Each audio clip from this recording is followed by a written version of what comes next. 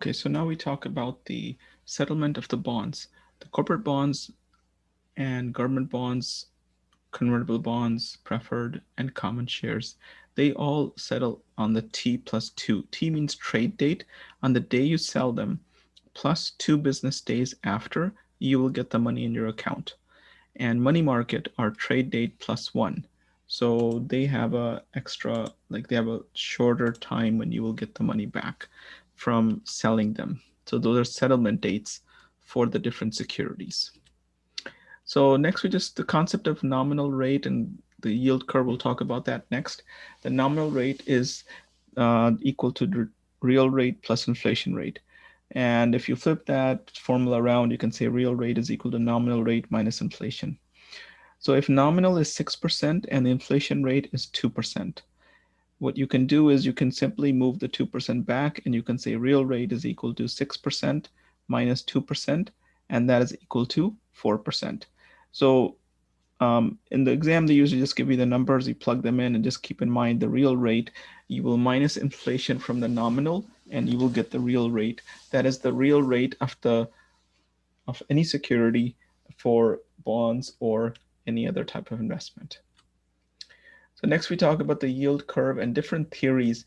Different theories try to explain it, but let's understand what is the yield curve. The yield curve says that if you're investing in a bond, this is the normal yield curve. The normal yield curve says that if you have a bond at 1 year maturity, it may give you a little interest, maybe 2% maybe. If you are investing for a 3 year bond, you'll get more interest, maybe 7%. If you invest for 10 years, you may get, suppose, 10% or 11%. But the longer you go, usually it won't make a big difference if you go 20, 30, 40 years. So the normal yield curve, this is normal. It may also be inverted. It's possible, which is not very common. You get high interest rate if you invest in a short term bond, and then you get less interest if it's for long term. Or it could be a flat. It's not gonna, there's no difference whether you invest in a 1 year, 2 year, 5 year, 10 year, it's the same yield or the same return. So in different situations, the yield curve is different. And these theories try to explain why this happens. So expectation theory, what it says, the shape of the curve indicates investor expectations about future interest rates. So right now in Canada, March 2021, interest rates are very low, and we're expecting interest rates to go up after a few years.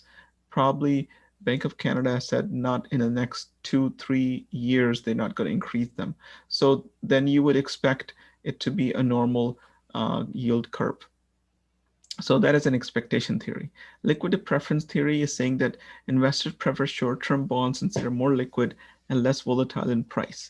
So this only explains the normal yield curve, this concept. It doesn't explain the downward, the inverted one. So we don't need to really, that may not be so logical.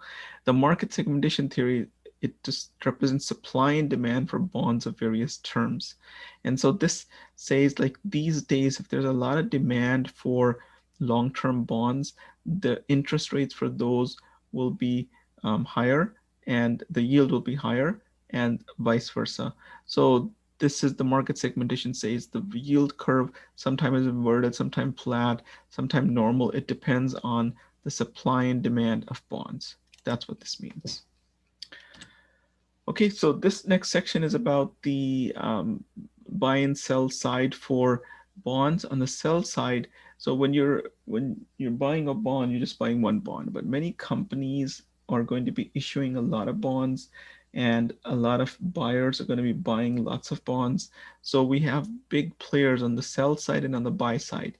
On the sell side, we have investment bankers, traders, and sales representatives. They are the ones who are on the sell side. On the buy side, we have portfolio managers, managers of different funds, and you have traders on the buy side also. So let's take this a look into this into more detail, a little bit more. This should give you a good idea about the, so first of all, let's start with the corporations. The corporation, the company needs money for various growth opportunities. The company will contact usually the sell side, that is investment banking. There's investment banks like Goldman Sachs, JP Morgan. There's loan syndication groups also like Bank of America. There's also capital markets. So they will, the corporations will contact the sell side, the investment bankers, right? And so as we can see, loan syndication fees are like $16 billion. Basically, the company is going to go to the investment bankers, say issue a bond, and we can get money from the investors. And then they can also, there's also, so they will charge fees, of course, for that, right? So origination underwriting fees, it's $41.3 billion globally. It's a huge business there, right? There are also buy side, there are also venture capital, private equity. These investors go directly to the corporations to acquire them or acquire ownership in them. This is more for, they don't go through IPOs or bond offering. So there would be also buy side that way. But right now we're talking about sell side for those. And as you probably know, the primary market is that the corporations, they don't go through the bankers, they go directly to the buy side, and that is the primary market. It's for stocks and bonds both. If companies are issuing bonds and stocks directly to different companies, that is the primary market. The other way, so that's one way they can get money. They can get money by directly going to the buy side. They can go to investment bankers, or they can also go to the banks. So if they go to the banks, they can get a loan, right? So the lending syndicate are those which are lenders. They several companies, they will get together. If they need $50 million, they will go to different banks and get that, or they will go to the investment bankers and issue the bonds there, right? And so this is the primary market. And then there's also M&A, where corporations, they may want to merge. If there's a company that's going to sell their business and there's another company wants to buy, so that is also a whole business that's called mergers and acquisition business. There's advisory fees and advisory stuff also happening. Usually there's also uh, securities involved there also, but that's also a different story. Now the buy side that we're mentioning here, the buy side, you have portfolio managers, you have traders. The buy side include mutual funds, ETFs, hedge funds. Of course, we have smaller investors buying 10,000, 20,000, but the mutual funds and the big companies, they will buy 20 million, 50 million, $100 million of bonds. So they are the buy side. Now they may trade with each other also. So that is the secondary market. They may have bought some bonds or bought some investments from the corporations, and they can sell those here.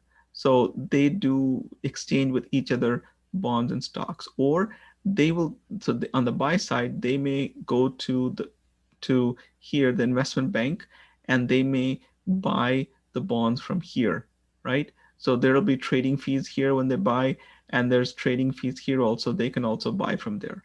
So the buy sides are the mutual fund companies, the private equity are also here. The private equity, we have hedge funds, $3 trillion there. We have venture capital. So you can see mutual funds and ETFs are like $21 trillion on the buy side. And then we have private equity, 5 trillion, and then hedge funds, 3 trillion, and then other venture capital.